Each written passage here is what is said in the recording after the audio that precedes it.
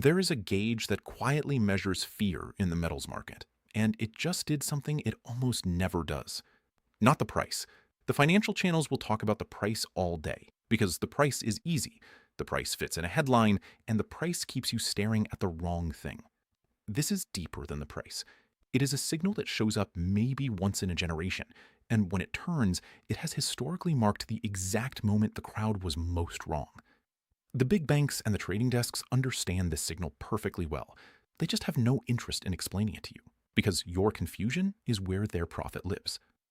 If you are holding silver right now, or you have been thinking about it, or you have a retirement account you have worked a lifetime to build, I need you to slow down and give me the rest of this video. Because what I am about to walk you through is not about tomorrow's tick or next week's close. It is about a rare turn in the machinery underneath the metal, the part the headlines skip. And by the end, you will understand what it is actually telling us and what it is not. So let me give you something concrete right up front, because I do not believe in making you wait for the whole meal.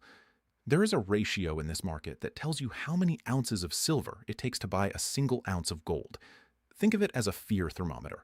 When people are terrified, they crowd into gold and they abandon silver, and that ratio spikes to extremes. And here is the tell most people never hear on the news. For most of modern history, that thermometer has run in a fairly normal band. Only at the rarest, most panicked moments does it blow out to a reading almost no living investor has seen. It reached one of those readings, and then it began to turn. That turn, not the price, is the whole story of this video. Let me take you back to the spring of 2020, because that is the clearest picture of what this signal looks like, and it is the spine of everything I am going to tell you. The world locked down almost overnight. Fear was not a number on a screen. It was a physical thing you could feel in the grocery store, in the empty streets, in the voice of every anchor on television. And in the metals market, something extraordinary happened. Gold held up. Silver got absolutely crushed.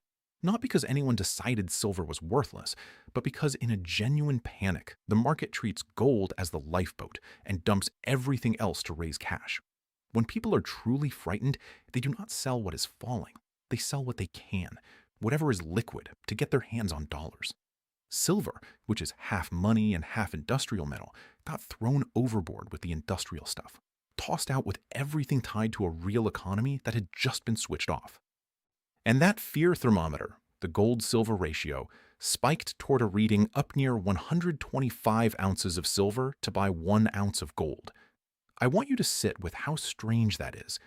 For centuries, the natural relationship between the two metals sat somewhere in the neighborhood of 15 or 16 to 1, because that is roughly how they come out of the ground.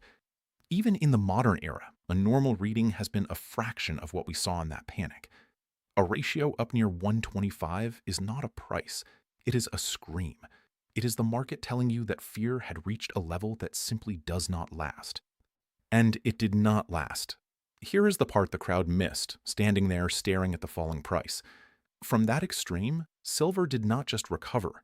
Silver outran gold. The metal everyone had left for dead came roaring back off the lows, and it moved faster than gold on the way up, and that thermometer compressed hard and fast. The people who understood the signal were not watching the price bottom. They were watching the fear reading blow out to a once-in-decades extreme, and they understood what that historically means. The price told you where silver had been. The ratio told you where the fear had gone, and fear that extreme has a way of reversing. Now, why does the crowd miss this every single time? Because the crowd watches the price, and the price is designed to hurt you at exactly the wrong moment. When that ratio was screaming its highest, the silver price on the screen looked like a disaster. Every instinct in a frightened saver's body said, "Sell, get out, protect what is left." And that is precisely the moment the signal underneath was flashing the opposite message. The financial media will never frame it this way for you, because a falling price and a scary headline keep you clicking and keep you churning, and your churn is somebody's paycheck. Let me introduce you to someone, because I want you to feel this and not just hear it. Picture a man in his early 60s, a careful saver, the kind who reads the statements and does the math. Through that panic, he owned a little silver, a small piece of a retirement he had built one paycheck at a time.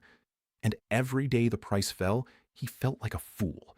He watched the number drop and he thought, I did everything right and I am being punished for it. What he could not see, because nobody put it in front of him, was that fear thermometer screaming a once-in-a-generation reading right above his head. If he had understood that signal instead of the price, the worst day of his fear would have looked like the best day of his opportunity. That gap between what the price says and what the signal says is the entire reason I make these videos. And this is the right place to stop for a moment and talk about protecting what you have built, because that man's story is not really about silver. It is about not being forced to sell the wrong thing at the wrong time. Here is something the biggest, most sophisticated buyers on earth already understand. The central banks, the institutions that manage entire nations' savings, have been buying gold at a pace we have not seen in generations, more than 1,000 tons a year for 3 straight years, roughly double what they bought the decade before. They are not doing that to get rich. They are doing it to hold something that cannot be printed and cannot be frozen by another country's decision. Now, here is the part almost nobody tells the ordinary retiree. There is a perfectly legal, established way for you to do the very same thing the central banks are doing inside the retirement account you already have. You can move a portion of an existing IRA or 401k into physical gold and silver, real metal held for you in an insured vault, without triggering taxes and without triggering penalties, using what is called a self-directed precious metals IRA. It is the same account you already own, just holding something that cannot be printed. And I want to be clear about who this is for, because this is not some velvet rope club for insiders, and it is not just for the wealthy. If you have $100,000 or more in any retirement account, a 401k, a traditional IRA, an old plan from a job you left years ago, this is squarely for you. I put together a free guide that walks through exactly how it works, step by step, in plain language. No jargon and no obligation. If you are watching this on your television, just scan the QR code on your screen. If you are on your phone or your computer, go to jeffreedguide.com. It costs you nothing and it commits you to nothing. Now, let me get back to the signal, because this is where it gets important. The obvious question is whether that 2020 turn was a one-off, a fluke of a strange year. It was not. It was the clearest recent example of a pattern that repeats across the history of these two metals. When real fear peaks, silver gets punished harder than gold. The ratio blows out. And then, when the fear drains, silver historically comes back faster than gold, and the ratio compresses. The extreme reading is the fingerprint of a bottom in sentiment. Not a guaranteed bottom in price on a given day, but a bottom in the emotion that drives the price. An emotion that extreme is, almost by definition, unsustainable. But here is the part that actually changes things. The part Juan promised you and almost nobody gets to. A rare fear signal by itself is just a mood. What makes this moment different from a simple mood swing is that the mood is sitting on top of a hard physical shortage. The silver market has run a structural supply deficit for several straight years now. The world is using more silver than it is digging up, year after year, and the gap has been filled by drawing down stockpiles that are not infinite. And unlike gold, which gets hoarded and sits in vaults essentially forever, silver gets consumed. It goes into solar panels and electronics in tiny scattered amounts, a fraction of a gram here, a fraction of a gram there, and it is almost never economical to recover. Gold is hoarded. Silver is burned. That is the difference that matters. So think about what that means. You have a fear thermometer that periodically blows out to a once-in-decades extreme and then reverses.